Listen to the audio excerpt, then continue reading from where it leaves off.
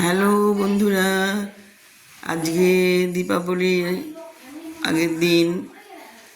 আজকে হচ্ছে শুক্রবার। তো আমাদের বাড়িতে আজকে ইলেকট্রিক লাইট সমস্ত লাগানো হলো।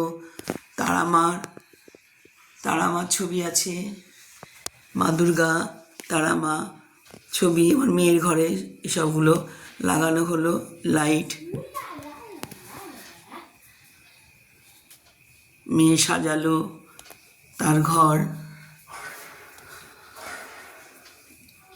এই যে দেখুন, দীপাবলি উপলক্ষে এই যে আমার মেয়ে, এই মেয়ের ঘর। এ দেখুন দরজায় দিয়েছে, দেখুন মেয়ের ঘর।